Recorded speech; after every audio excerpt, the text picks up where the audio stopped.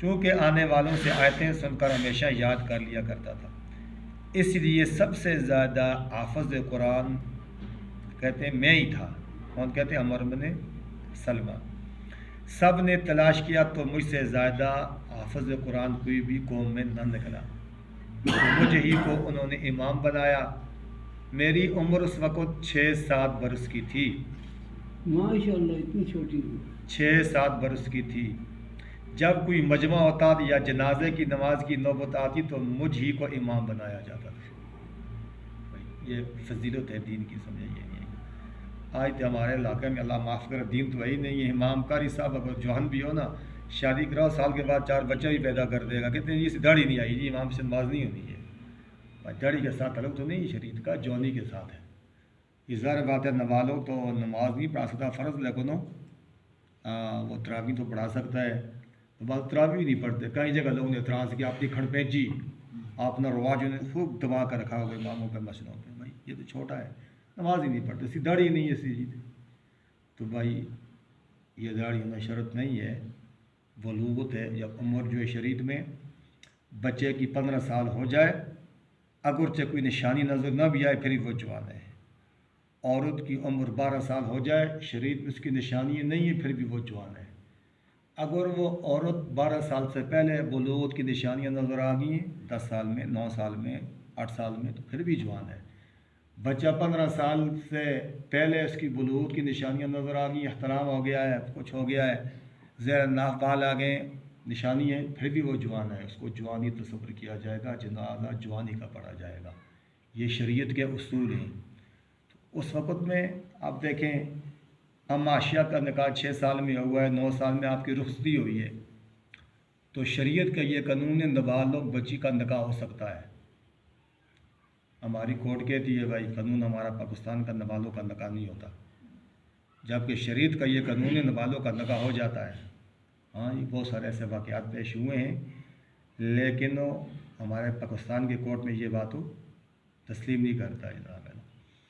تو یہ اسی لیے اب ہمارے یہاں کہتے ہیں بھائی لکھتے ہیں 18 سال عمر، فارم پہ لکھتے ہیں، تو 18 سال سے بھائی نکاح نہیں ہوتا۔ ہمارے پاکستان کا قانون ہے، عجیب قانون ہے۔ عدالت میں جب بچہ خود شادی کرتی ہے، کیا کہتے ہیں پھر لاکھ مارج میں نام ہی نہیں آتا، کورٹ مارج ہوتا ہے۔ وہاں جج نہیں پوچھتے پڑھے لکھے، اگر وہ 10 سال کی بھی ہے تو 12 سال کی بھی ہے، کہتے ہیں اپنی مرضی نکاح کرتے ہو، وہ وکیل نکاح پڑھا لیتے ہیں۔ یہ عجیب بات ہے، مجھے سمجھ نہیں آئی ہمارے پاکستان کے کورٹ کی۔ تو جب ہم لکھتے ہیں 18 سال سے کم، اور قانون بھائی حرکت میں آ جاتا ہے، بھائی اس کی نکاح ہی نہیں ہوا۔ ہاں تو جب کورٹ میں لانگ مارچ ہوتا ہے تو وہاں کیا ہوتا ہے، بچی 13 سال کی بھی ہے، 15 سال کی بھی ہے، 20 سال کی بھی ہے، 25 سال کی بھی ہوتا ہے، لیکن وہاں کچھ کارڈ وغیرہ نہیں دیکھا جاتا، کچھ سرٹیفکیٹ نہیں دیکھا جاتا، بھائی بس یہ خود مرضی نہ نکاح اور ریجی کر دیتے ہیں۔ وکیل پیسے لیتا ہے، وہ سب وہ جائز قرار دیتا ہے۔ تو گویا کہ کوئی قانون نہیں ہماری عدالت کا، کوئی قانون نہیں ہمارے ملک کا جناب والا کہ ہم اس کو فالو نہیں کرتے قرآن اور حدیث کو۔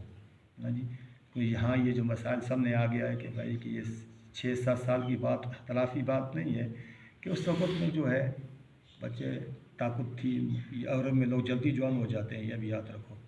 پانی کا مسئلہ ہوتا ہے، جیسا کہ جو فارم میں مرغہ جو ہے 40 سال مہینے کا جوان ہو جاتا ہے، اور ہماری مرغیاں جو ہے 6 مہینے کی جوان نہیں ہوتی، شادی بھی نہیں ہوئی ہے۔ ہاں جی، یہ چیزیں ہیں۔ پانی کا مسئلہ بھی ہے، کچھ موسم کا مسئلہ بھی ہوتا ہے۔ بہرحال یہ دین 7 سال کے ہو گئے تھے تو یہ سارا کام کرتے تھے۔ تو یہ دین کی طرف سے طبی میلاد اور رجحان کا اثر تھا بھائی۔ دیکھو کہ اس عمر میں بغیر مسلمان ہوئے قرآن شریف کا احسان کو بہت یاد ہو گیا تھا۔ رہا بچے کی امامت کا قصہ نے تشریح کر دی کتاب میں بھی، یہ مسئلہ بحثیت ہے، جس کے نزدیک جائز ہے تو ان کے نزدیک تو اشکال نہیں ہے، جس کے نزدیک یہ مذہب میں جائز ہے تو شک ہی کوئی نہیں ہے۔ تو جن کے نزدیک جائز نہیں ہے وہ فرماتے ہیں کہ حضور صلی اللہ علیہ وسلم انہی لوگوں کو ارشاد فرمایا تھا کہ تم میں سے جو زیادہ قرآن پڑھنے والا ہو تو بچہ وہ زیادہ قرآن پڑھا ہوا تھا، بچہ وہ زیادہ تھا قرآن پڑھا ہوا تھا۔ اس سے مراد یہ نہیں ہے کہ بچے اس سے مراد نہیں تھے، بلکہ آپ نے فرمایا تھا جو زیادہ تم اس سے قرآن پڑھنے والا ہے وہی امامت کرا دے۔ لوگوں نے یہ جب دیکھا کہ وہ بچہ زیادہ پڑھا ہوا تھا، اسی کو میں بنا لیا۔ ہاں ایک تو ہاں سنت ہے ہاں ایک سنت ہے ہاں تو بعض چیزیں ایسی ہیں کہ اس دور میں جو ہے نماز میں دیکھو، جیسے کہ عمر فاروق رضی اللہ عنہ کا واقعہ ہے، نماز میں تھے، خون میں لت پت تھے، ان کو شہید کر دیا گیا، زخمی ہو گئے تھے. ہاں اور بہت سارے صحابہ تھے، جب عثمان غنی کو شہید کیا تو وہ پیچھے کچھ زخمی تھے، انہوں نے نماز ادا کی ہے. تو یہ کچھ دور کی باتیں ہوتی ہیں، کچھ وقت کی باتیں ہوتی ہیں، انہوں نے نماز پوری کی ہے. یہ مسائل کے ساتھ چھیڑنا یا بحث کرنا یہ اختلافی بات نہیں ہے. یہ اس موقع مال پہ یہ چیزیں کی گئی ہیں. بھائی ہم کہتے ہیں بھائی نماز کیوں نہیں توڑی انہوں نے، یا ان کو تو خون آ رہا تھا، یہ تو بہت سارے صحابہ کرام شہید بھی ہو گئے تھے، تو زخمی بھی ہو گئے تھے، لیکن سب نے اسی حالت میں نماز کو مکمل کیا تھا. بھائی تو یہ وقت کے علاج کے ساتھ فیصلہ کیا جاتا ہے. تو خلاصہ یہ نکلا میرے بزرگوں کے بھائی، دین کی کتنی بڑی خوبی ہے. جو کافر تھے وہ بھی محبت رکھتے تھے، قرآن کو یاد کرتے تھے، ان کی کیا دلچسپی تھی، تعلق تھا قرآن کے ساتھ. آج ہم مسلمان ہیں کہ بھائی کہتے ہیں ہمیں قرآن یاد ہے، اللہ معاف کرے. بہت سے ہمارے ایسے مسلمان بھائی ہیں صرف کل والا حد ہی پڑھتے ہیں چاروں رکعتوں میں. تو علماء نے لکھا ہے یہ مکروہ بھی ہے. تو ماشاء اللہ قرآن میں سب سے بڑی عظمت والی سورت جو ہے سورۃ اخلاص ہے. کم سے کم 10 صورتیں تو یاد ہونی چاہیے مسلمان کو نا، زیادہ نہ ہو تو 10 صورتیں تو یاد ہونی چاہیے. 10 بھی یاد نہیں ہوتی. تمام رکعتوں میں قل هو اللہ احد ہم پڑھتے ہیں. تو یہ تو دین کی بات ہوئی.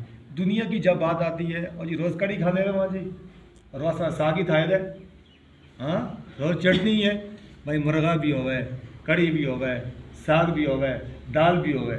دنیا کے لحاظ سے مختلف چیزوں کو پسند کرتے ہیں. تو جب دین کی بات آتی ہے بھائی ایک ہی چیز پہ اکتفا کرتے ہیں. ہاں جی اس لیے علماء نے لکھا ہے کہ کم سے کم مسلمان کے لیے 10 صورتوں کا پڑھنا فرض ہے، اور ہر نماز میں علیحدہ صورت پڑھی جائے. چھوٹی صورت ہر مسلمان کو یاد ہو سکتی ہے، اور بس وقت ہی نہیں ہے. دعا قنوت میں غلطی ہیں، صورتوں میں غلطی ہیں، نماز کے سبق میں غلطی ہیں. تو اس لیے فرمایا دین سیکھو، یعنی مہد سے لے کے لحد تک، ماں کی گود سے لے کر قبر تک. اب ایسا نہیں کہ ہم بوڑھے ہو گئے بھائی دین ہم نے چھوڑ دیا ابھی گناہ ہوتے ہیں، نہیں ہے. تو نبی علیہ السلام میں صحابہ کرام 70 سال کے، 100 سال کے، 50 سال کے تھے، انہوں نے قرآن سیکھا اور قرآن پڑھا. تو 2.5 سال لگائے عمر فاروق نے سورہ بقرہ پڑھنے کے لیے. ان سے بڑا کوئی لائق تھا میرے بزرگ. ہاں جی اس لیے قرآن کے ساتھ محبت رکھی جائے، قرآن کو سیکھا جائے، قرآن کی صورتیں سکھائی جائیں اور سنائی جائیں، نماز صحیح کی جائے. تو انشاءاللہ یہ دنیا آخرت کے فائدے اللہ عمل کی توفیق عطا فرمائے.